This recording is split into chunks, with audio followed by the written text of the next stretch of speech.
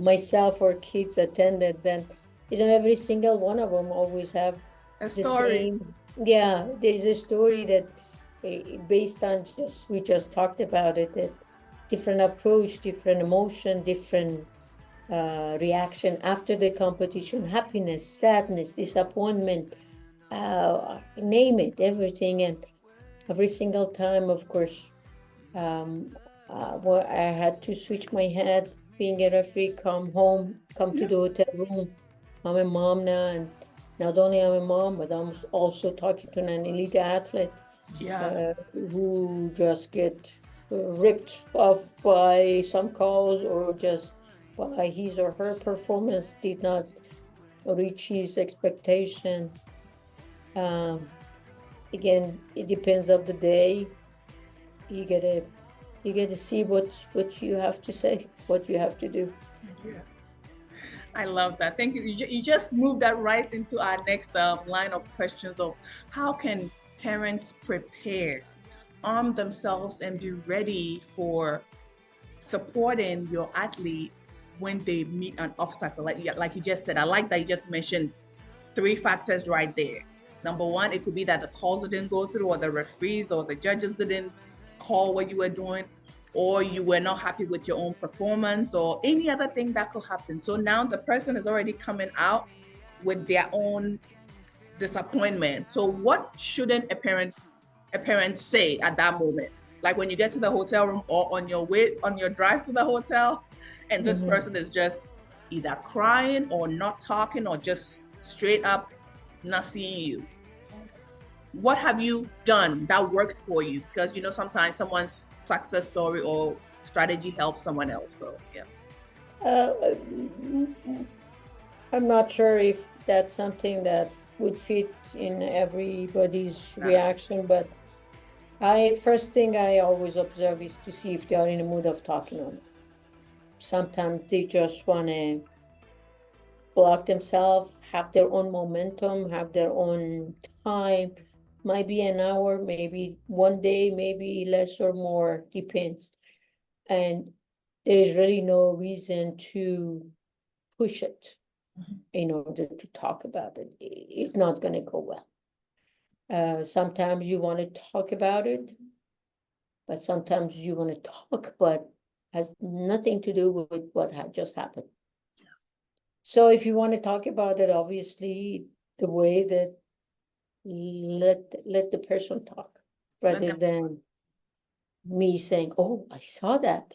Oh, this happened. Oh, that happened. Oh, you should have done this. Oh, you should have done that. Oh, you." No, let them be the one who tells you what happened, and the one who they have something in their chest, they have to take it out. And by you giving them comfort of the one who's listening, you can have them release this pain. If obviously there's some situation that they don't want to talk about it. As soon as I say something, say, Mom, we don't want to talk. I don't want to talk about it. It's okay. You want to go out? Yeah, sure. We go out for dinner, for a walk, for whatever, coffee. We just talk about everything except that until the moment is right. And they open up. They start a conversation. Then you are here. You're you have the green light to maybe initiate for them to release that. Because the truth is there is something inside of them that is hurting them. And you're the one who should help them to take that out, not to just carry it inside of them and torture themselves. And of course, based on their mood, their reaction, the way, the personality, can be different timing that we can choose and open up. But definitely, once again, the support, encouragement, and not necessarily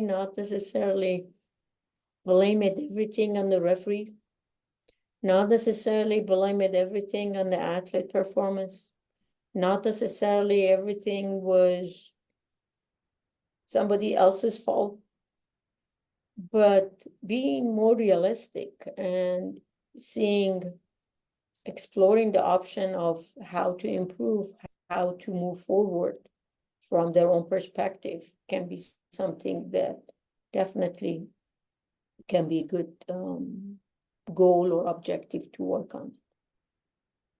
I like everything that you just said right now because one thing that I heard you say is that we have two ears and one mouth. When the athlete is ready, they will start speaking. And when they start speaking, you should be listening. I love that part so much. And the second point that I loved is when you said, go take them for a walk, ask them if they want to have food. Like, you know what your child wants. So just go into that part. If it's a walk, go for it. If it's coffee, go for coffee. So literally you're creating that environment of you are still loved, you are welcome. We're not measuring you by your achievements or your successes, whatever it is, you are still my child, number one. And I'm Indeed. proud of you for even stepping on the mat to do what you did. Right. And when they're ready, then you meet them there. And also do not blame everybody else. Be realistic and hit the point right and then how we can move forward from that. I love that so much. Thank you so much for sharing. This is definitely going to help new parents like myself out there and then all other parents out there doing their best and trying to see what they can do. Thank you so much. Of So course. the next thing we want to help parents realize is how do you celebrate achievements? You know, we just talked about how we can support them when things are difficult and they have to pull through. So how about celebration? What are some of the ways that you yourself have celebrated through your journey, your personal, when you were, did you say you competed? I don't recall. Did you Yeah, I compete? did. I Okay, did so how for did you celebrate? And then how, it was not that big a deal in the mid 90s, late 90s yes. celebration as Mhm. it is today. So, and I really don't remember. At the most, we were going out with my husband, do something like that. But celebration with kids, of course, it comes in a different format and pictures. Of course, in the moment of competition, because of my position, I cannot go out with them and celebrate. So we have to always postpone it until the competition is over. Yeah. So those days of the competition when I have a duty as a referee, they are with their friends. They are Yeah. either with US team or the group of people who travel together to compete. So that actually this is very good because they have the momentum of celebration with their friends Yes. and they do all the crazy stuff they wanted to do. And then when we go home, we do our family celebration, which is a little bit less crazy, Yeah. but it's still a recognition of their effort, achievement, and performance. Yeah, but again, perhaps my situation is a little bit special. I cannot cheer up even when I see them standing on the podium. I cannot take a picture. I cannot look at them when they compete. I have to stay away. So for me, celebration during a competition is impossible. Versus a parent we see standing on the bleachers can do whatever exactly, can come down, can take a picture, can go hug, kiss. For me, it didn't exist. And so I had to a little bit of refrain of this type of a human reaction. Yeah. Yeah. Wow. Yeah, but it's still, the joy of now seeing them standing on the podium and Mhm. afterwards, when we get to the hotel room, just hugging them. And that's something that definitely I cheer a Right. lot. Oh, thank you so much for sharing. So what I was hearing is that we need to let the child see that we see them and then celebrate them in the way that the child likes.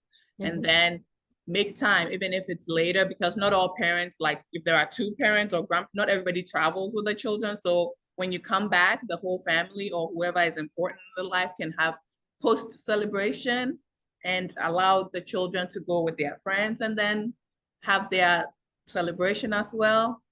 So that's good. Good stuff. Thank you for Yes, sharing that. of course. So what do you think? Let's just talk about kids who do not, they love the sport, but probably due to illness or sickness or something, their parents are not able to come, but somebody sponsors them. I'm just trying to pose situations. What do you think in the back of the child's head, right, mind, if a parent is not there at the podium? Because I see little things where children are having recitals like they are in kindergarten or something. They see their parents in the stands and they are first they're not sure because they cannot see it with the light, and then all of a sudden they see their mom. Yeah. Yay! How is that for, does it change for athletes in our world, in our sports? Like if your parent is not there, and of course, if you are 19, 21, nobody's really going to be standing there waving for you. So what would you say to that? Yeah, I think well, it's a policy that in USA that any minor has to travel with a parent. So up to age of 18, that basically With something that they do not miss it. But after that, when they're allowed to travel by themselves, um, I never it never occurred to me to think about that because I was always because I'm a judge, a referee, I'm always there. yeah, Although I cannot cheer up and celebrate with them, but I'm there. So I honestly don't know how important it is for an athlete. Obviously, it can be very important, yeah, but perhaps a coach, a hug from a coach afterwards, yes, or a team leader, or even the teammates yeah, who are there to cheer that person up, perhaps that still would give them a sense of recognition and celebration. right, Um, for a yeah, sport is unfortunately is a really expensive sport, and it is, not all the parents have the ability to travel with their kids. Although I'm sure it's every parent's dream to be able to do so, but right, regretfully, it's not the case. So I hope that hug, that cheering section from teammates, from the coaches would also bring the athlete satisfaction. right, right. Thank you so much. And also, if you are a parent in a dojo and you realize that somebody's child or somebody is always alone all the time, you become a dojo mom. You become other people's moms, because I've had to send my children across the country to go to other dojo moms so they can stay there for like a week or 2 weeks. And I'm like, wow, this Yeah, community is amazing. Because like, yeah, when you're working, you don't have all the PTO in the world to be chasing these children around the whole place. So we rely on each other. So if you're new to the community, just network, make friends, open yourself up, and then get to know, ask questions, and then that's how you learn from other parents how the journey is going. What would you say to that? indeed. You've made friends through your children's friends parents, right? Sure. For sure, for sure. I mean, because they travel with some other kids who are traveling with their parents. Yeah, Of course, we finish by meeting lots of, and what you mentioned, that's really actually is a great point of building a community. And I think it is also working right now in some cases that there's one parent and five kids, even considering adult as 18 and up yeah. adult, but one parents always try to, Watching for them. manage them and Yeah. help them and replace their parents absentee during it. Yeah, I mean, network, that's a great advice actually. And our community, I think, is capable of create this sort of support system for each other, for Thank you sure. so much. Yep. It is really nice. Imagine having one parent out there in Europe somewhere with all your children. That is amazing. That is Mhm. just beautiful. Yep. Indeed. Yeah. So, what would you say, like now put one of your hats on as the referee or the coach inside. You now not outside again, you inside. I put you inside. So now you're looking at the parents in the stands, right? What is a tip that you like to provide to parents, new parents, or parents in general, like when they are traveling for competitions or logistics, like getting ready for this job of being a karate mom? Um, this is a responsibility now that over the last year, my son took over basically. He tried to manage our team when we travel for national or US Open for any other out of state competition. But before that, we basically try to, like you just mentioned, try to build a community of parents that Mhm. help each other. And then how one person is responsible to make sure that the kids are ready when their category has been called. Another parent is ready to make sure that there is enough of a snacks for everybody, or drink for everybody, or water Snack for is very, everybody. very important. That's the most important job. Yeah, well, but it is, for the kids, you never know. Yes. They are just eating machines sometimes. But sometimes even if somebody want to go pee pee and the Yeah. parents are not around, so you chaperone even to Yeah. that extent. And then, of course, come to the competition, always we encourage everybody to be together, to cheer up. Yeah. Mostly the one who does not get a medal or the result of the competition is not as good as the others. They are the one who will feel insulated and will feel behind everybody and try to be in the corner always. And that's the area the parents have to chip in and bring that individual or more than one or two person in and be inclusive. So everybody is together. So I think the role of the parents is a important role in an aspect that one child or your child or any other person child doesn't matter. We're all a group, a community, a family, a big family together, and we have to watch out one after or the other one and care about each other. Yes. Unfortunately, again, because of my position, I do not. I'm not really active when we travel. I have to stay separated, but we again have parents who always get involved, the other parents, and make sure that everybody's helping each other, everybody's inclusive into the group. Thank you so much for sharing that. Now, I would like to ask the most difficult question is, parents have to have boundaries, or from your experience, right? Right now, we just talked about all the things that parents can do, like support, be together, bring the other one who didn't feel like they did well, hug them all, get them the snacks and everything. Now whenever there is a do, there is a don't. So Mhm.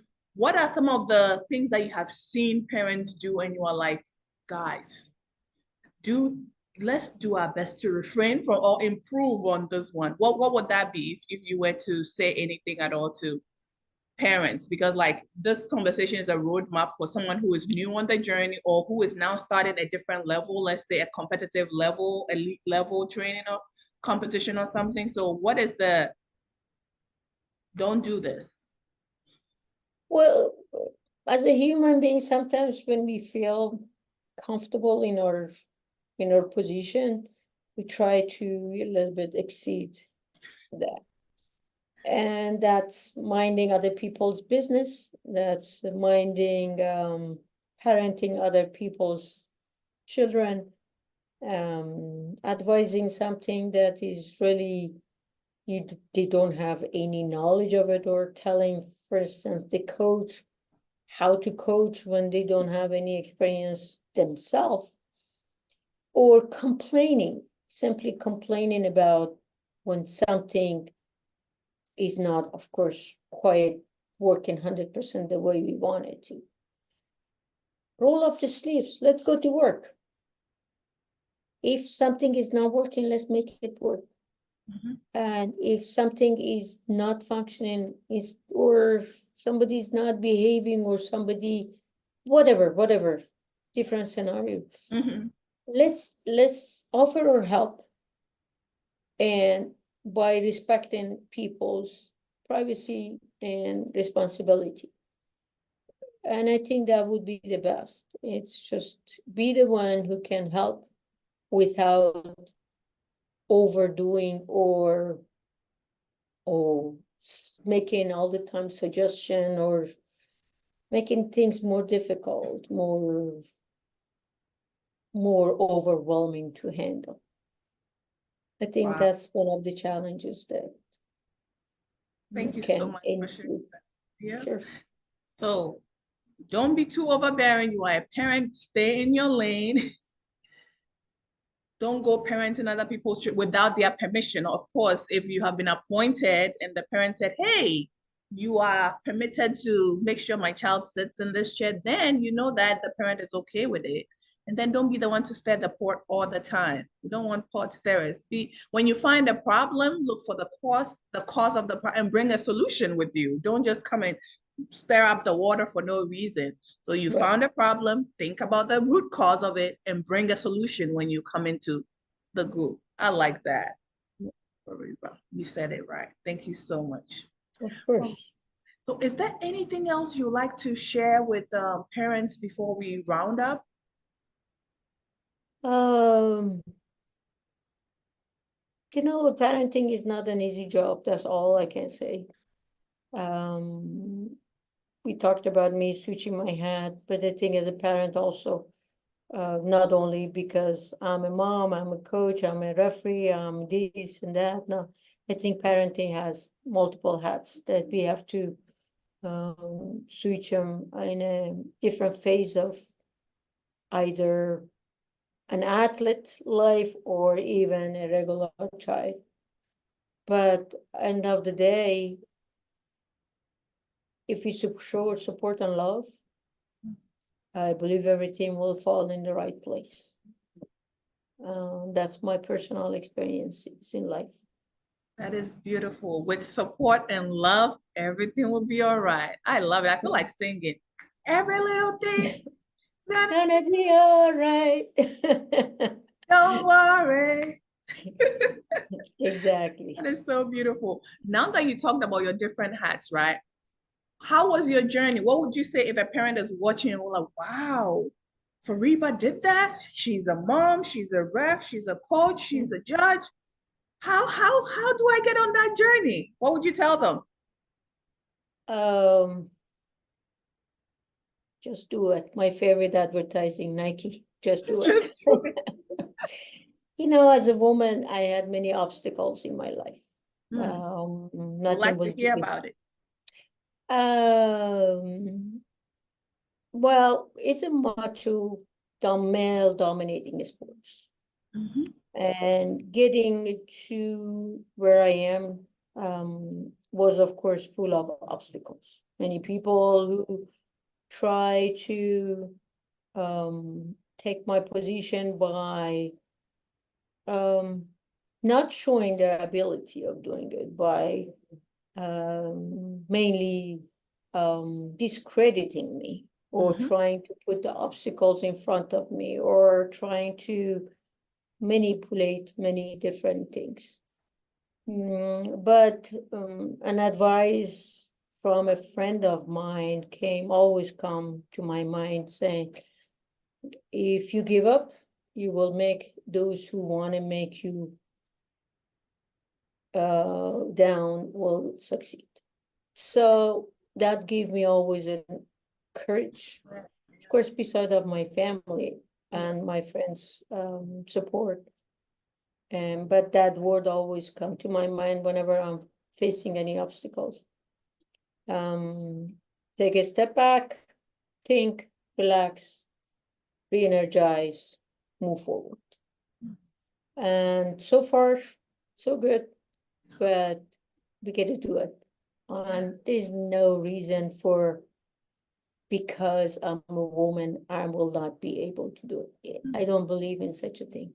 You show your ability, you show your determination, you will do it. And that's all. That's all.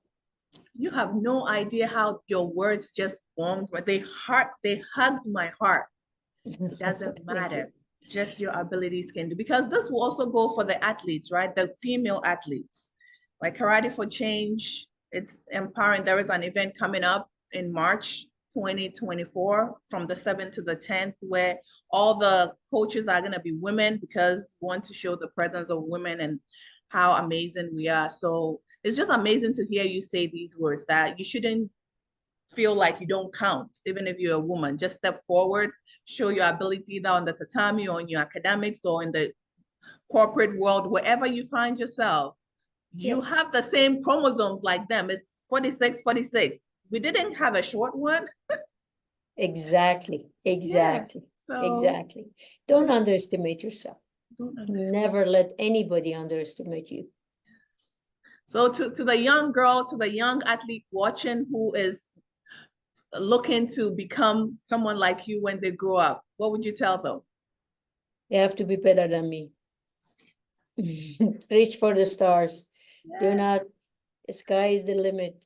Go for it. yes. I'm no one to be able to tell you to be like me. No, be better than me. Go for Oh, it. You can do it. you are amazing. Thank you so very much. Thank This has you. been an exciting conversation. And if you are watching this, I hope you had your pens and your papers and you took lots of notes. You can always replay it and watch it and be that amazing parent that you know you can be. Share this with all the amazing parents in your community so that together we will be a strong pillar for our athletes and also be change makers. Because guess what? If you are unstable, the athlete will be unstable. But if you are firm and strong, the athlete will know that yes, my parents got my back. I can reach for the stars, just like Yes. Fariba said. Don't be like her, be more than her, because she'll be standing right there cheering for you. Absolutely. Absolutely. Oh You my, said it right. thank you so much again.